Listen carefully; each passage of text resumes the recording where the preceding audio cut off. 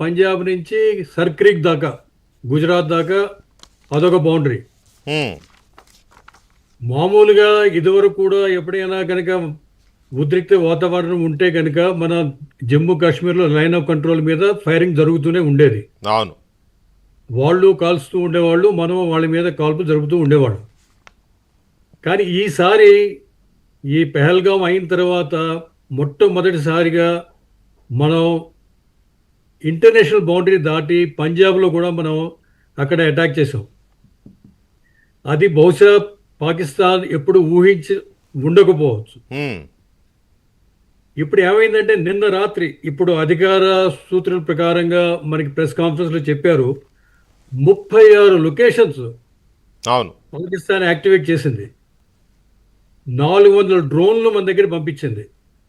ఉమ్, దీంట్లో తెలిసేది ఏంటంటే ఇంత ముందు కూడా మనకి వార్తలు వచ్చాయి, మనకి మీడియాలో కూడా కవర్ చేశారు.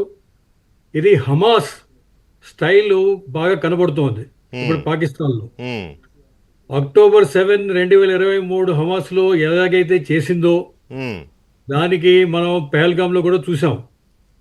వాళ్ళు నిర్దాక్షిణ్యంగా చంపటాలు, అవును. బాడీ కెమెరాలు పెట్టి దాన్ని షూట్ చేయటము.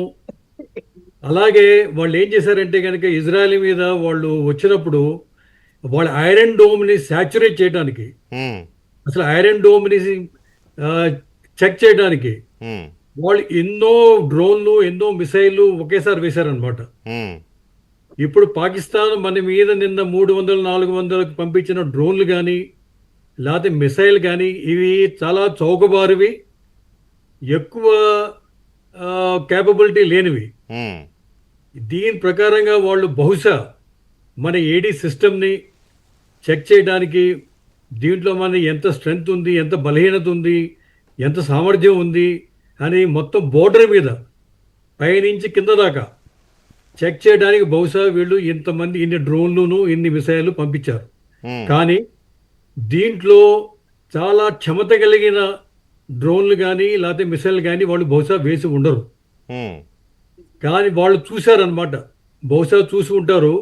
పిచ్చిక మీద బ్రహ్మాస్త్రంలాగా పెద్ద పెద్ద మిసైల్ వేసి మనం దగ్గర ఉన్న మన ఏదైతే ఏడీ సిస్టమ్లు ఉన్నాయో వాటిని మనం ఖర్చు పెట్టేసేసి వాటిని మనం వ్యయం చేస్తామా, లేదా వేరేది నాన్ కినెటిక్ అంటే కనుక మన ఎలక్ట్రానిక్ వార్ఫేరు, లేజర్లు ఈ పంపించి వాటిని మనం నష్టపరుస్తామా అని చెప్పేసి బహుశా వాళ్ళు చూసి ఉంటారు. అంటే మన సామర్థ్యాన్ని చెక్ చేసుకునే ప్రయత్నం కూడా అయి ఉండవచ్చు అనేది మీ ఆలోచన. Absolutely, yeah.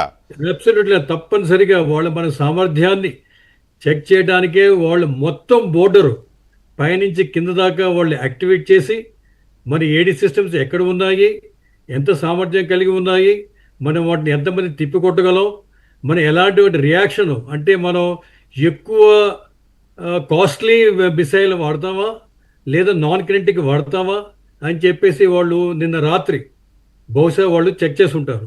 ఉమ్. అయితే ముందు ఏమవుతుంది అని చెప్పి మీరు అడిగారు. అది ముందేమవుతుంది అనే దానికి వెళదాము.